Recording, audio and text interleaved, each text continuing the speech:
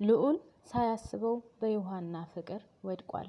በቤት ውስጥ የደረሰበትን ችግር ከመቋቋም ይልቅ የእሷን ፍቅር መቋቋም አቅቶታል። እሷ በየሴኮንዱ በፊቱ እየመጣችበት በፊቱ ላይ መታድቅን እያለችበት ሌላ የሚያስበው ነገር ጠፍቷል። በሌላ በኩል ቢኒ ጓደኛው እሱን ገንዘብ ለመብላትና የእሱን ገንዘብ ለመቀራመት ከወንድምየው ከክንዴ ጋር ሆኖ ሌላ ስራ እየሰራ ነው። ከክንዴ ሌላ ብር ይቀበላል። እዛ አልበቃ ብሎት ልዑል ምንም የሌለበትንና ከልጅቷ ጋር አብሮ ያላደረውን ከዛች ልጅ ጋር አብረህ አድረሃል ጠጥተህ ስለነበረ አታውቀውም። እናም ያች ልጅ ደግሞ አርግዛለች፣ ያረገዘችውም ያንተ ነው እያለ እየጨቀጨቀው ነው። ልጁ የሌላ ሰው ልጅ ነው። ልጅቷ እንኳን አይደለም ለማርገዝና ከልዑል ጋር አብራ አላደረችም። ሲቀጥል ልጁ በፍጹም የሱ ልጅ አይመስልም።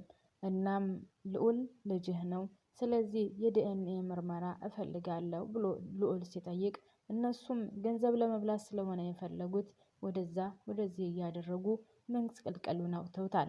ሰላም ጤና ይስጥልኝ ውድና የተከበራችሁ የቻናሌ ቤተሰቦች በያላችሁበት ሰላማችሁ ይብዛልኝ። ዛሬም በአዲስ ቪዲዮ መጥቻለሁ። ላይክ እና ሰብስክራይብ እንደምታደርጉልኝ ተስፋ አደርጋለሁ። አደራ የእውነት የቪዲዮ የሚደርሳችሁ ላይክ በማድረግ ተባበሩኝ። አዲስ ከሆናችሁም ሰብስክራይብ እያደረጋችሁ። እናም ልዑል ግራ ተጋብቶታል። በሌላ በኩል ዮሐናም እሱን ትወደዋለች።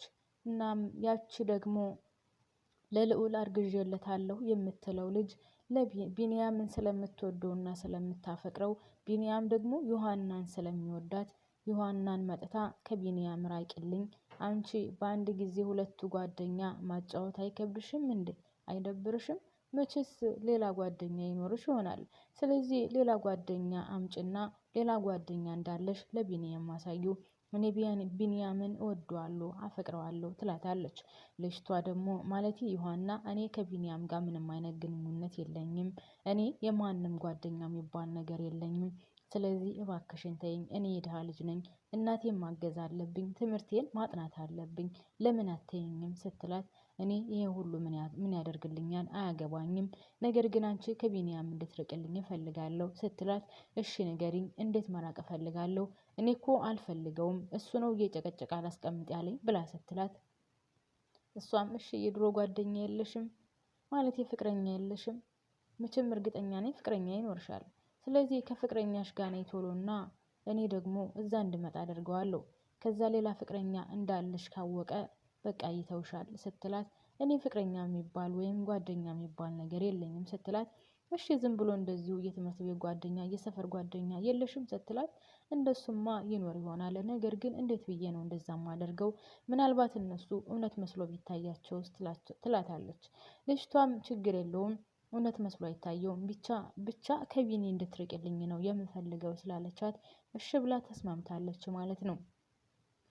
በሌላ በኩል ማርክ ከልዑል ጋር አንድ ላይ ቁጭ ብሎ ለምንድነው የጠራኸኝ? የምፈልገው ነው ምናምን እያለ ሲጠይቀው የሚዘባርቅለት አሁንም ስለ ዮሐና ነው። አቤት እሷ እኮ እወዳለሁ አፈቅራለሁ ብላለችኝ ሲለው ኧረ እባክህ ተው እንጂ ማዘርህ ምግብ ልከውልህ ነው አይደል ብሎ ማርክ ሲመልስለት ልዑልም አንተ ምን አለበት ብታስጨርሰኝ፣ በእናትህ በጣም ነው ደስ ያለኝ። እኔ ስላየኋትና ስለመጣች በጣም ነው ደስ ያለኝ። ሳስበው በጣም ነው የምወዳት። እናም ስላየኋት ደግሞ በጣም ነው ደስ ያለኝ ሲለው እሺ ታዲያ እኔ እኮ መርዳት ፈልግ ነበር፣ ነገር ግን እንዴት ብዬ ልርዳት ብሎ ለማርክ ሲያማክረው ማርክ ደግሞ አንተ ግዴታ ቀጥታ ገንዘብ መስጠት አይጠበቅብህም፣ በተዘዋዋሪ የሆነ ነገር ማድረግ አለብህ ሲለው እሺ ምን ላድርግ አግዘኝ፣ ምን ላድርግ በምን ላግዛት ሲለው እንግዲህ ተዘዋዋሪ መንገድ እሷን ማገዝ ከፈለክ በሆነ ነገር ማገዝ ትችላለህ።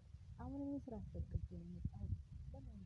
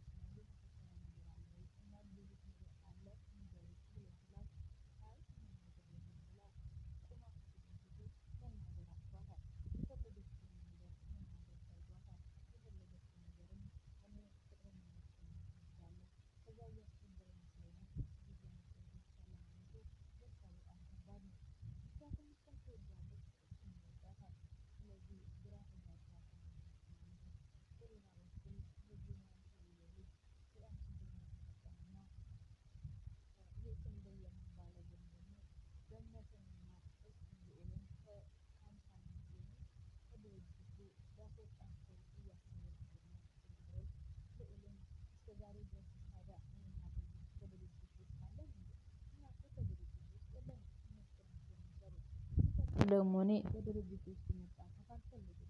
እኔ የራሴን ስራ ወይም ራሴ የምፈልገውን ስራ መስራት ነው የምፈልገው እያለ ይመልስለታል። ይህን ነገር የሚያደርገው ግን ውሸቱን ነው። ይህን ነገር የሚናገረው መስሎ ለክንዴ ለመናገር ነው። ክንዴ ብር እየከፈለውና የሚፈልገውን ያክል